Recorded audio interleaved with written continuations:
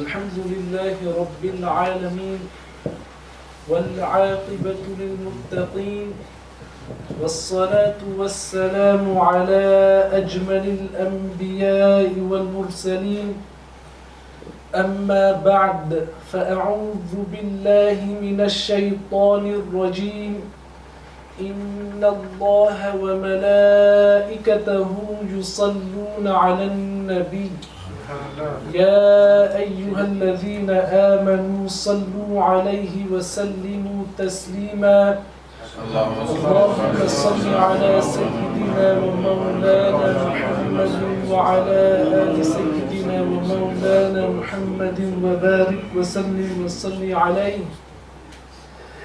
الصلاة والسلام عليك يا سيدي يا رسول الله وعلى آلك وأصحابك يا سيدي يا حبيب الله. All praise is due to Allah subhanahu wa ta'ala, and we send countless prayers and salutations upon his beloved Habib, our master Sayyiduna Muhammad sallallahu alayhi wa alihi wa sallam.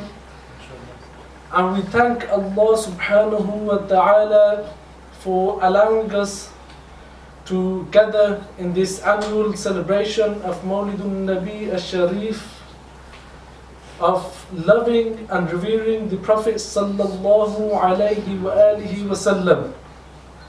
When it comes to this topic, one question is asked consistently, that how did the companions of the Prophet sallallahu alayhi wa alihi wa sallam and the Salafus Salihin, how were their manners and their characteristics in front of the Prophet sallallahu alayhi wa alihi wa sallam? Those people regarding whom Allah subhanahu wa ta'ala describing them in the Quran, He said, radiyallahu ta'ala anhum wa radu anh.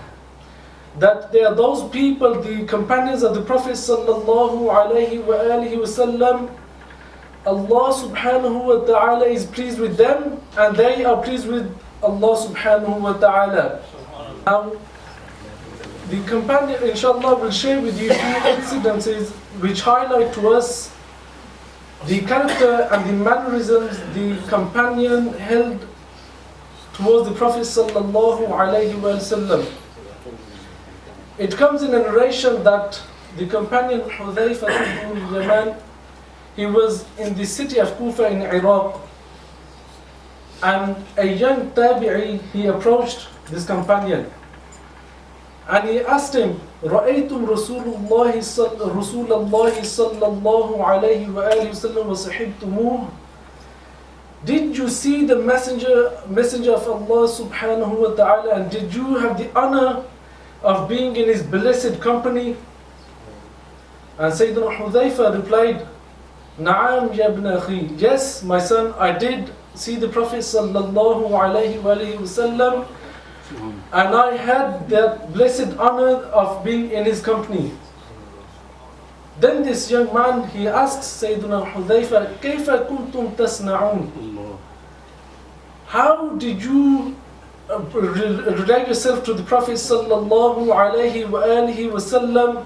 How was your behavior and the companions' behavior with the Prophet sallallahu alayhi wa alihi wa sallam? Sayyidina Hudhayfa replied, Wallahi laqad kunna najhadu. By Allah subhanahu wa ta'ala, we sacrificed everything we had for the Prophet sallallahu alayhi wa alihi wa sallam. Then this young individual, he didn't stop there. He said to Sayyidina Hudhayfa ibn Yaman, Wallahi law adraknahu ma taraknahu yamshi ala al-ard lahamalnahu ala a'naqina.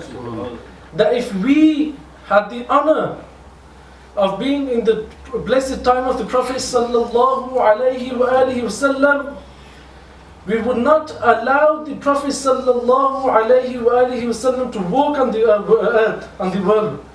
We would hold the Prophet sallallahu alayhi wa sallam on our backs. This was the amount of love they had towards the Prophet sallallahu alayhi wa alihi wa sallam. And it is narrated by Imam al-Bukhari regarding Sayyidina Adnan ibn Malik, this companion of the Prophet sallallahu alayhi wa alihi wasallam. his eyesight was weak, and in some narrations it is said that he was completely blind. Sayyiduna Atban, he said to the Prophet sallallahu alayhi wa alihi wasallam, أَنَا رَجُلٌ ضَرِيرُ الْبَصَرِ, that I am a man and have very weak eyesight.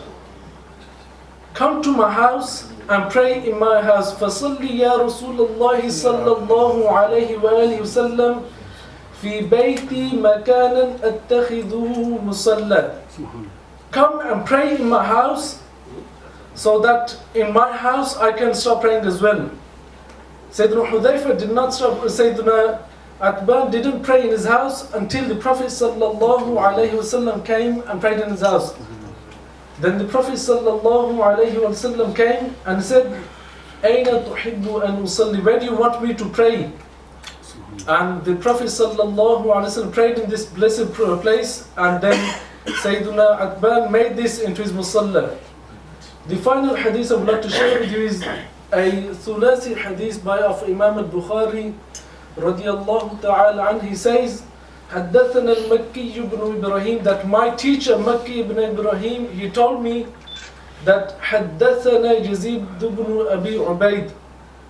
Yazid ibn Abi Ubaid, he was a tabi'i, he told the teacher of Sayyidina al-Imam al-Bukhari, كنت آتي مع سلمة بن الأكوع, that I would go with Salma ibn Akwa, who was the companion of the Prophet sallallahu alayhi wa alihi wasallam, to the masjid. And this companion of the Prophet sallallahu alayhi wasallam, he had a particular habit, which was فَيُصَلِّي عِنْدَ الْأُسْتَوَانَةِ الَّتِي عِنْدَ الْمُصْحَفِ. This companion named Salma, he would always, whenever he would go to the Masjid al-Nabawi al-Sharif, there were pillars there, but he would pray next to one particular pillar where there were the copies of the Quran. And then Sayyiduna Yazid, he asked Sayyiduna Salma, he said, Ya Aba Muslim, O Abu Muslim, which was the kunya of Sayyiduna Salma, أراك تتحرى الصلاة عند هذه الأسطوانة. I have seen that whenever you come to Masjid al-Nabawi al-Sharif, you are praying next to this pillar. What is the reason for this? Sayyiduna Salma, he replied, فإني رأيت رسول الله صلى الله عليه وآله وسلم يتحرى الصلاة عندها. I saw the Prophet صلى الله عليه وسلم, in the time of the Prophet صلى الله عليه وآله وسلم, he would make effort to pray next to this pillar. Hence now I also wish to pray next to this pillar. The companions, they had loved not only with the Prophet sallallahu alaihi wasallam, but the things that even the Prophet sallallahu alaihi wasallam touched became beloved to the companions. I finish on this now. أقول قولي هذا وأستغفر الله لي ولكم.